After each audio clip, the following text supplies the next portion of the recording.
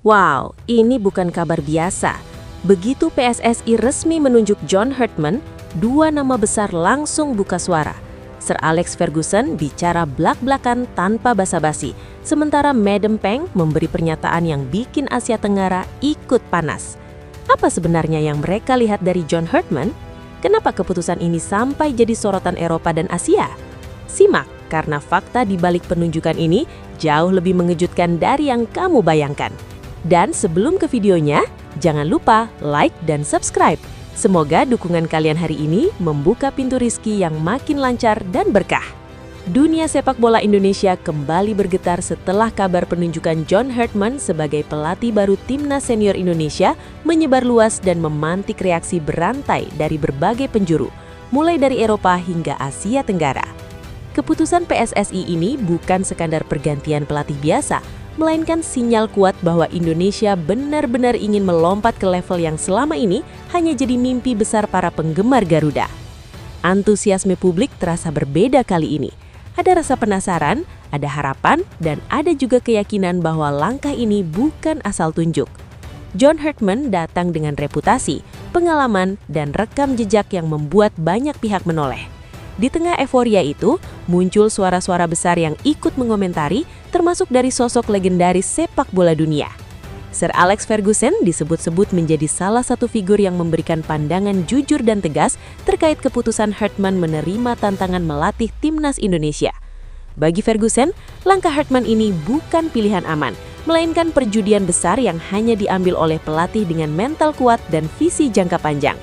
Ia menilai Indonesia sebagai proyek menantang tetapi sangat menjanjikan.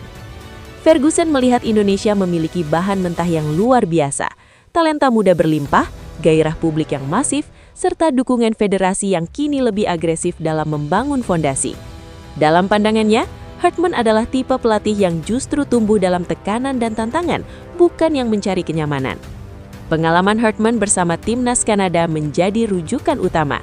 Ia bukan hanya membawa hasil, tetapi membangun sistem.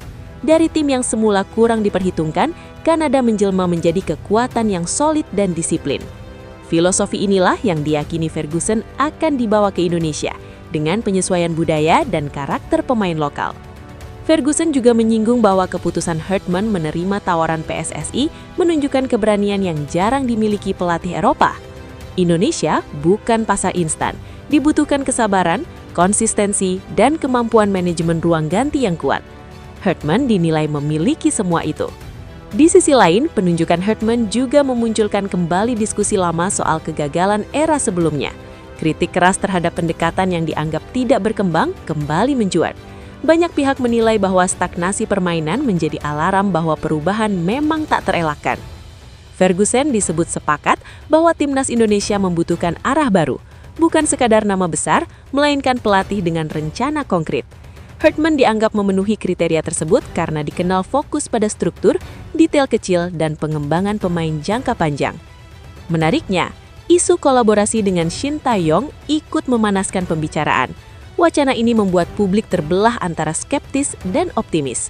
Namun bagi sebagian pengamat, kemungkinan kolaborasi ini justru bisa menjadi kombinasi ideal antara pemahaman lokal dan pendekatan modern.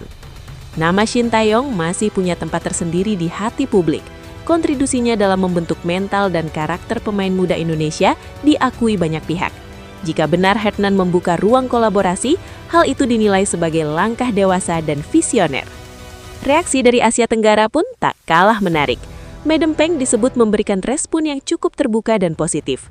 Ia memandang penunjukan Herdman sebagai sinyal bahwa Indonesia serius membangun sepak bola, bukan hanya untuk bersaing di kawasan, tetapi juga di level Asia. Madam Peng menilai Herdman sebagai pelatih dengan visi jelas dan keberanian mengambil keputusan sulit. Ia melihat kesamaan antara proyek yang pernah dijalankan Herdman di Kanada dengan apa yang kini coba dibangun PSSI di Indonesia. Menurutnya, Indonesia dan Thailand seharusnya tidak hanya bersaing, tetapi juga bisa saling belajar. Kolaborasi dalam pengembangan usia muda, pertukaran pengetahuan, hingga uji coba berkualitas tinggi dinilai penting untuk mengangkat level sepak bola ASEAN secara keseluruhan. Madam Peng juga menyoroti sikap Herdman yang disebut ingin menetap di Indonesia dan mempelajari budaya dan bahasa lokal. Bagi dirinya, hal ini bukan detail kecil, melainkan fondasi penting untuk membangun kepercayaan antara pelatih, pemain, dan publik. Komitmen semacam itu dianggap jarang ditemui pada pelatih asing. Hartman dinilai tidak sekadar datang bawa CV, tetapi juga niat untuk benar-benar menyatu dengan ekosistem sepak bola Indonesia. Di tengah atmosfer positif itu, rivalitas kawasan ikut memanas. Malaysia disebut-sebut sedang berada dalam situasi sulit setelah sanksi FIFA berdampak langsung pada peringkat mereka. Penurunan ranking tersebut langsung menjadi bahan pembicaraan hangat di media sosial. Bagi sebagian publik Indonesia, situasi Malaysia dianggap sebagai karma pahit. Namun di sisi lain, ini juga menjadi pengingat bahwa tata kelola dan kepatuhan terhadap regulasi internasional adalah hal krusial dalam sepak bola modern. Kondisi ini justru membuka peluang bagi Indonesia untuk melesat. Dengan agenda internasional yang lebih tertata dan pelatih baru yang punya reputasi, momen kebangkitan terasa semakin nyata. Erick Thohir pun disebut tak tinggal diam.